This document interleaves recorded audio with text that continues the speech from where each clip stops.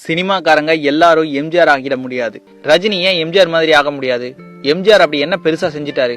ஏழையின் சிரிப்பில் இறைவனை பார்க்கலாம்னு சொல்லுவாங்க. இந்த வசனம் தான் எம்ஜிஆரோட வாழ்க்கை. ரஜினி ஏன் எம்ஜிஆர் ஆக முடியாதுன்னு தெரிஞ்சுக்கணும்னா எம்ஜிஆர் எழுதின உயிலை பத்தி நீங்க தெரிஞ்சுக்கணும்.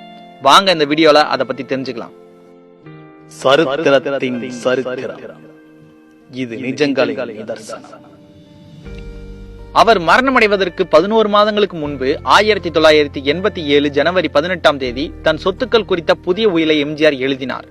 தன் சொத்துக்களாக அவர் பட்டியலிட்டவை: ராமவரத்தில் எம்ஜிஆர் வாழ்ந்த எம்ஜிஆர் தோட்டம் என்கிற வீடு, ராயப்பேட்டையில் உள்ள அதிமுக கட்சி அலுவலகம், டி நகரில் உள்ள எம்ஜிஆர் நினைவு இல்லம், கோடம்பாக்கம் சத்யா திடலில் 25 கிரவுண்ட் நிலத்தில் இயங்கி வரும் எம்ஜிஆர் மேல்நிலைப் பள்ளி, கோடம்பாக்கத்தில் 4 கிரவுண்ட் நிலத்தில் இயங்கி வரும் எம்ஜிஆர் தொடக்கப்பள்ளி, வடபழனி காவல் நிலையம் எதிரே எம்ஜிஆர் திடலில் உள்ள JRK பள்ளி, அடையாறு சத்யா ஸ்டுடியோ, விருகம்பாக்கம் மற்றும் சாலி கிராமத்தில் உள்ள சத்யா கார்டன், நெல்சன் மாணிக்கம் சாலையில் உள்ள பத்திரிகை கட்டடம், திருச்சியில் கட்சிக்காக வாங்கிய 2 தளங்கள் கொண்ட பங்களா, இவைதான் எம்ஜிஆர் தன் உயிலில் குறிப்பிட்ட சொத்துக்கள். சினிமாவில் பெரும் வருமானம் ஈட்டி புகழ்பெற்று விளங்கிய காலத்திலேயே எம்ஜிஆருக்கும் அவரின் சகோதரருக்கும் இடையே பாகப்பிரிவினை நடந்தது. சொத்துக்களை 3 பாகங்களாக பிரித்த எம்ஜிஆர் 2 பங்குகளை தன் சகோதரருக்கு விட்டு கொடுத்து விட்டு 1 பங்கை மட்டும் தனக்கு எடுத்துக்கொண்டார். 1960களில் பிரபலமான நடிகராக விளங்கிய எம்ஜிஆர் நகரின் பரபரப்பிலிருந்து விலகி வாழ விரும்பினார்.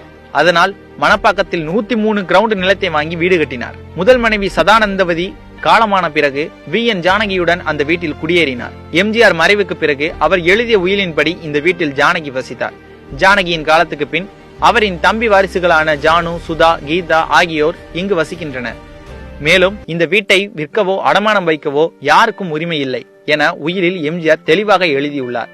காரணம், இந்த வீட்டின் பின்பகுதியில் டாக்டர் எம்ஜிஆர் பேச்சு மற்றும் காது கேளாதோர் மேல்நிலை பள்ளி ஒன்றை ஆரம்பிக்க வேண்டும் என எம்ஜிஆர் உயிலில் குறிப்பிட்டிருந்தார். அதற்காகவே இந்த வீட்டை அடமானம் வைக்கவோ விற்கவோ யாருக்கும் உரிமை இல்லை என எழுதியிருந்தார் எம்ஜிஆர். 350 பேர் தங்கி படிக்கும் இந்த பள்ளியை ஜானகியின் அண்ணன் மகள்களில் ஒருவரான லதா நிர்வகித்து வருகிறார். எம்ஜிஆர் தன் இறுதி காலத்தில் பேசும் திறனை முற்றிலுமாக இழந்தார். தன் குரலால் மக்களை வசீகரித்த ஒரு தலைவரால் இயல்பாக பேச முடியாமல் போனது பெரும் துயரம். காது கேளாததற்கான இல்லத்தை ஏற்படுத்த வேண்டுமென அவர் உயில் எழுதி வைத்ததற்கு இதுதான் காரணம். இந்த பள்ளிக்கு முக்கியத்துவம் அளித்து எம்ஜிஆர் எழுதிய இந்த உயிலில் ராமவரம் தோட்டத்தில் உள்ள காலியிடங்களை எல்லாம் சேர்த்து அதில் டாக்டர் எம்ஜிஆர் பேச்சு மற்றும் காது கேளாதோர் இல்லம் என்ற பெயரில் வாய்ப்பேச இயலாதோர் காது கேளாதவர்கள் இல்லம் ஏற்படுத்த வேண்டும். அவர்கள் கட்டணமின்றி தங்கியிருப்பதற்கும் உணவுக்கும் ஏற்பாடு செய்ய வேண்டும். அவர்கள் உடுத்த உடை, மருத்துவ வசதி, கல்வி, தொழிற்பயிற்சி பெறுவதற்கும் இந்த காலியிடங்களில் கட்டடங்கள் அமைத்துக் கொள்ள வேண்டும். அத்துடன் சிகிச்சையும் பேச்சு பயிற்சியும் ஏற்பாடு செய்தாக வேண்டும். இதேபோல் காது கேளாதவர்களுக்கு தங்கும் வசதி, காது கேட்பதற்கான கருவிகள் வாங்கி கொடுத்தல் ஆகியவற்றையும் செய்ய வேண்டும். இவை எல்லாவற்றுக்கும் சாலி கிராமத்தில் உள்ள சத்யா தோட்டத்தில் கிடைக்கும் வருமானத்திலிருந்து செலவு செய்ய வேண்டும் என குறிப்பிட்டிருந்தார். விருகம்பாக்கம் மற்றும் சாலி கிராமம் ஆகிய இடங்களில் சத்யா கார்டன் என்ற தோட்டம் உள்ளது. அங்கே வாழை, தென்னை போன்றவை பயிரிடப்படுகின்றன. விருகம்பாக்கத்தில் உள்ள சத்யா கார்டன் ஏழை மக்களுக்காக மருத்துவமனையாக முன்பு இருந்தது. இந்த 2 இடங்கள் மூலம் கிடைக்கும் வருவாய் தான் ராமவரம் பள்ளிக்கு உணவு பராமரிப்பு செலவுக்கு பயன்படுகிறது. 1950களில் புகழ்பெற்று விளங்கியது நெப்டியூன் ஸ்டுடியோ. பல வெற்றி படங்கள் தயாரிக்கப்பட்ட இடம் அது. அடையாறு கரையில் இருந்த அதை 1960களில் வாங்கி தன் தாயின் பெயரை சூட்டினார் எம்ஜிஆர்.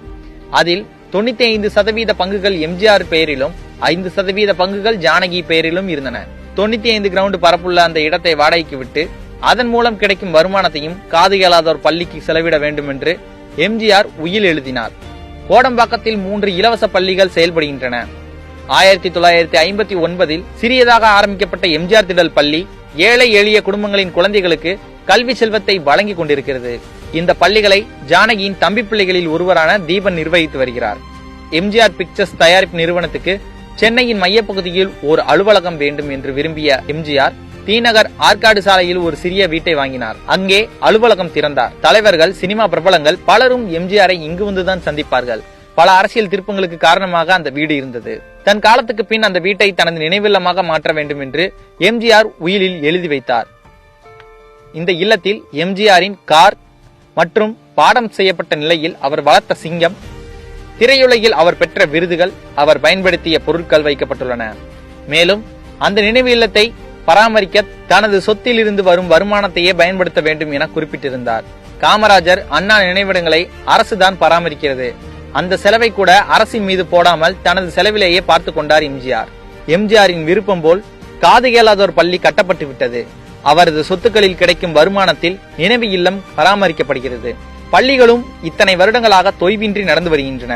தான் சிறுக சிறுக சேர்த்த பணத்தை வீணாக்காமல் மீண்டும் மக்களுக்கே திருப்பி கொடுத்தார் எம்ஜிஆர். இப்படி கொடுக்க எந்த நடிகனுக்கு மனம் வரும்? இருந்தாலும் இறந்தாலும் பேர் சொல்ல வேண்டும், இவர் போல யார் என்று ஊர் சொல்ல வேண்டும். ஆம், இன்றும் அவர் பெயரை ஊர் சொல்கிறது. ரஜினி மட்டுமல்ல, யாருமே எம்ஜிஆர் ஆகி விட முடியாது.